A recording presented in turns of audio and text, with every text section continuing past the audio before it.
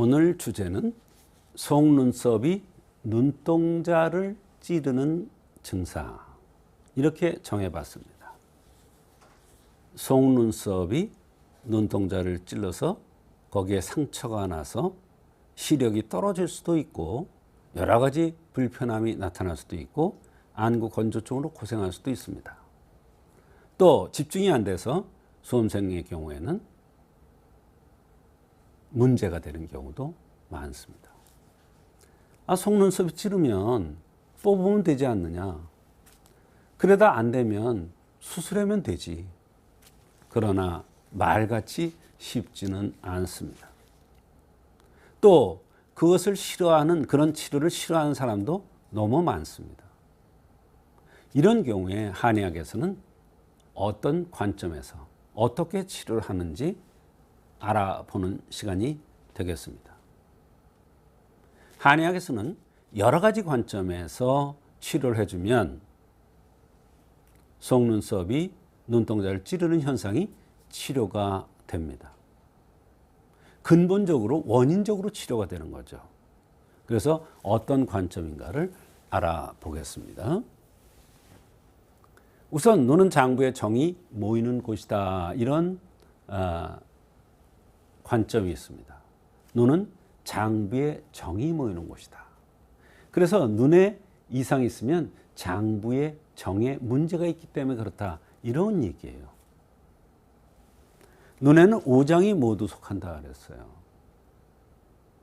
5장 6부가 있는데 5장이 눈에 다 연관이 된다. 그러니까 그냥 뽑는 정도 가지고는 얘기가 달라요. 그거하고는 차원이.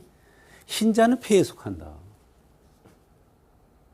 하얀 것 폐에 속합니다. 검은 자에는 간에 속합니다. 아래 위 눈꺼풀은 비위에 속합니다. 이게 굉장히 중요한 겁니다. 아래 위 눈꺼풀이 비위에 속한다. 비위를 조절해주면 눈꺼풀이 처지거나 눈꺼풀 안에 있는 속눈썹이 찌르는 현상이 치료될 수 있다, 이런 얘기예요. 내외자는 심장에 속한다. 안쪽과 바깥쪽을 얘기합니다. 심장에 속합니다. 심장 화가 있으면 눈 안쪽이 자꾸 가려워요. 심장에 화가 있으면 눈 바깥쪽에 자꾸 충혈이 되고 피가 터질 수도 있어요. 그 다음에 눈동자는 신에 속한다. 가장 가운데죠. 말하자면 신의 기능이, 신의 정이 부족하면 눈에 문제가 생겨요. 그럴 때 신의 정을 돋궈주면 바로 눈동자 전체적으로 다 좋아집니다.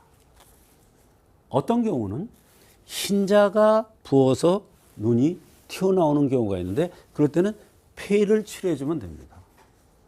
이렇게 눈에는 5장이 모두 속해 있다.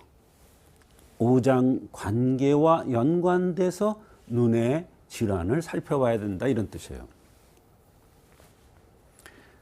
자, 아까 강조했지만 아래 위 눈꺼풀은 비위에 속한다.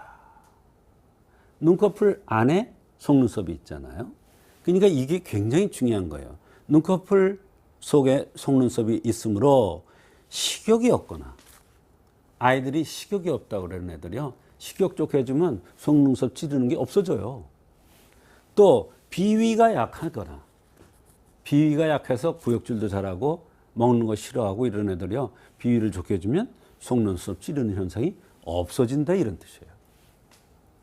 이거를 해결해주면 속눈썹 찌르는 현상이 없어질 수가 있습니다. 어때요? 이런 관점 여러분 모르시잖아요. 비위를 좋게 해주면 속눈썹 찌르는 게 없어집니다.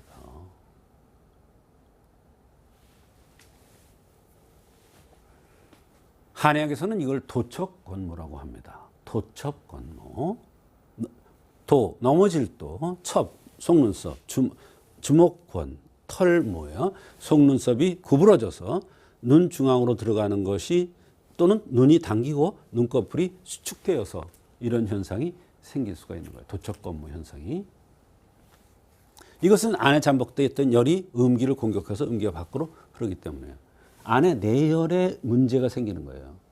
열이 가해지면 이렇게 오그라들잖아요. 속눈썹이 찌르는 거예요, 안으로. 치료는 내열과 화살을 제거해서 눈꺼풀이 늘어지게 하면 속눈썹이 눈동자를 찌르는 현상이 저절로 해결되는 겁니다.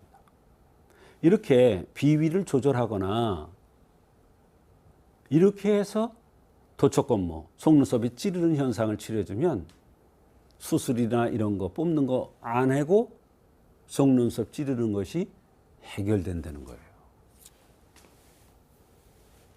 그래서 속눈썹이 찌르는 것 때문에 고민하는 사람이 있다면 그 원인이 뭔지 이것을 한의학적 관점에서 찾아서 치료해주면 얼마든지 수술이나 속눈썹을 뽑아내는 이런 치료 없이 한의학적으로 치료됩니다. 그 중에서 가장 중요한 것이 눈꺼풀 아래 위는 비위에 속하기 때문에 비위를 조절해주면 밥맛도 좋아지고 식욕도 좋아지고 비위가 약해서 고생하던 사람들이 좋아지면서 특히 어린아이들이 이런 경우가 많은데 그렇게 되면 밥맛 좋아져서 잘 먹으면서 성장 발육에도 도움이 될 수가 있습니다. 이것이 바로 속눈썹이 눈동자를 찌르는 현상을 한의학적으로 치료하는 방법이 되겠습니다.